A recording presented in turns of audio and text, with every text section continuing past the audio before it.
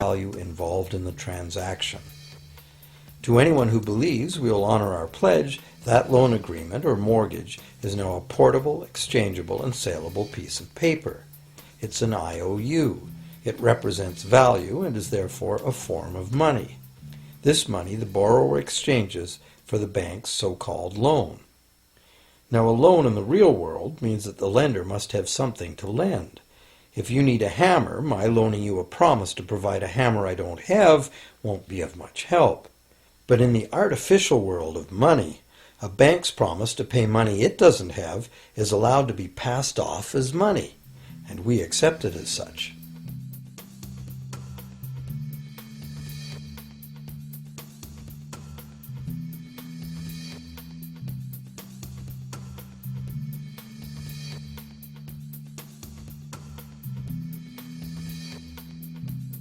Once the borrower signs the pledge of debt, the bank then balances the transaction by creating, with a few keystrokes on a computer, a matching debt of the bank to the borrower.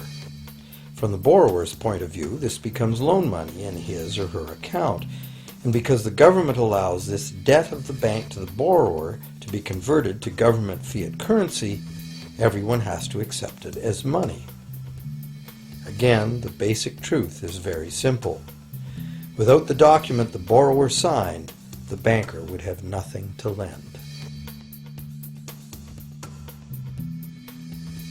Have you ever wondered how everyone, governments, corporations, small businesses, families, can all be in debt at the same time and for such astronomical amounts? Have you ever questioned how there can be that much money out there to lend? Now you know. There isn't. Banks do not lend money. They simply create it from debt. And as debt is potentially unlimited, so is the supply of money. And as it turns out, the opposite situation is also true.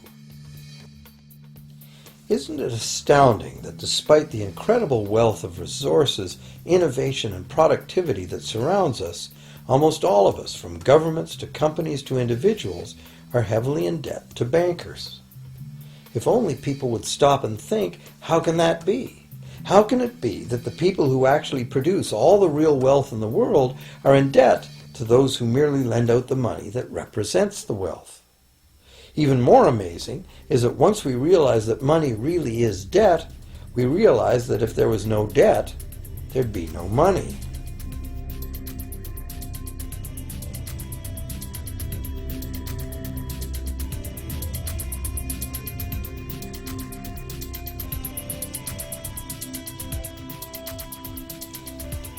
If this is news to you, you are not alone.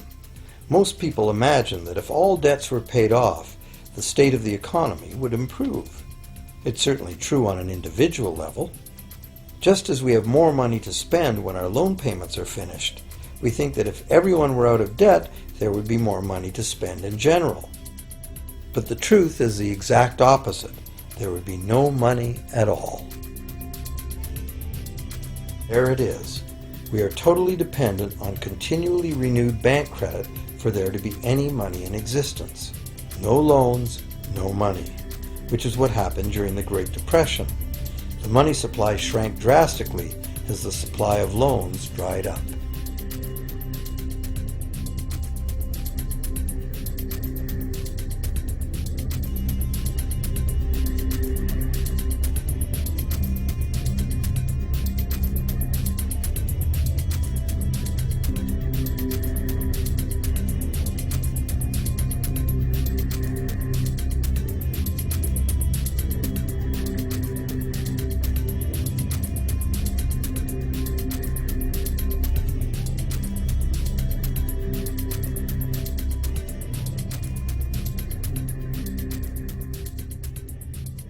And that's not all. Banks create only the amount of the principal. They don't create the money to pay the interest. Where is that supposed to come from? The only place borrowers can go to obtain the money to pay interest is the general economy's overall money supply. But almost all that overall money supply has been created exactly the same way, as bank credit that has to be paid back with more than was created. So everywhere there are other borrowers in the same situation, frantically trying to obtain the money they need to pay back both principal and interest from a total money pool which contains only principal. It is clearly impossible for everyone to pay back the principal plus interest because the interest money doesn't exist. This can even be expressed by a simple mathematical formula. The big problem here is that for long-term loans, such as mortgages and government debt, the total interest far exceeds the principal. So unless a lot of extra money is created to pay the interest, it means a very high proportion of foreclosures and a non-functioning economy. To maintain a functional society, the rate of foreclosure needs to be low. And so, to accomplish this, more and more new debt money has to be created to satisfy today's demands for money to service the previous debt.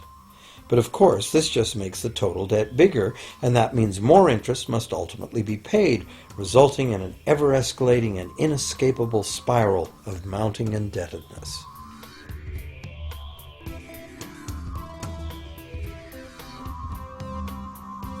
It is only the time lag between money's creation as new loans and its repayment that keeps the overall shortage of money from catching up and bankrupting the entire system.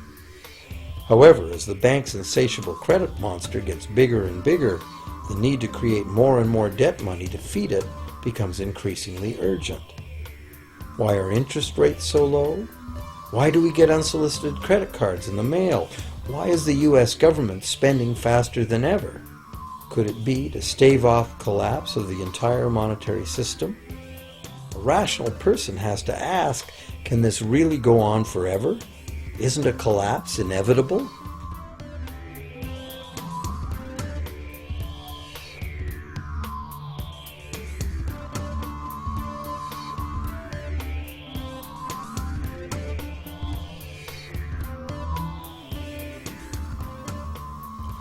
Money facilitates production and trade. As the money supply increases, money just becomes increasingly worthless unless the volume of production and trade in the real world grows by the same amount. Add to this the realization that when we hear that the economy is growing at 3% per year, it sounds like a constant rate, but it's not. This year's 3% represents more real goods and services than last year's 3% because it's 3% of the new total. Instead of a straight line, as is naturally visualized from the words, it is really an exponential curve getting steeper and steeper. The problem, of course, is that perpetual growth of the real economy requires perpetually escalating use of real-world resources and energy. More and more stuff has to go from natural resource to garbage every year, forever, just to keep this system from collapsing.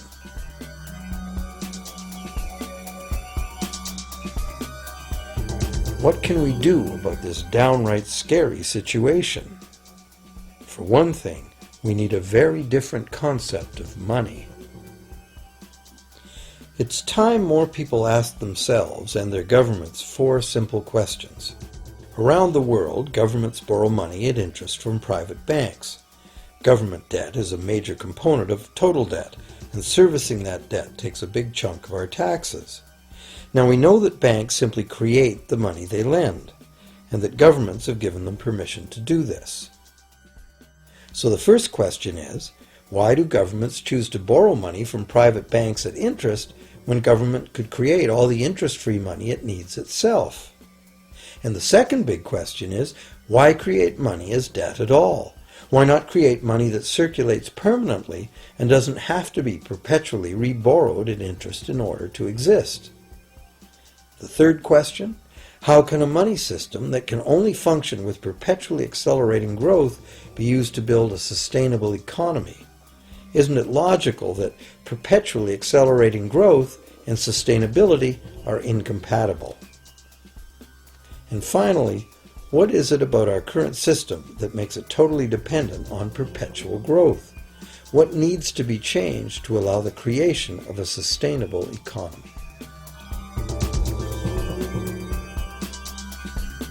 At one time, charging any interest on a loan was called usury and was subject to severe penalties, including death. Every major religion forbade usury. Most of the arguments made against the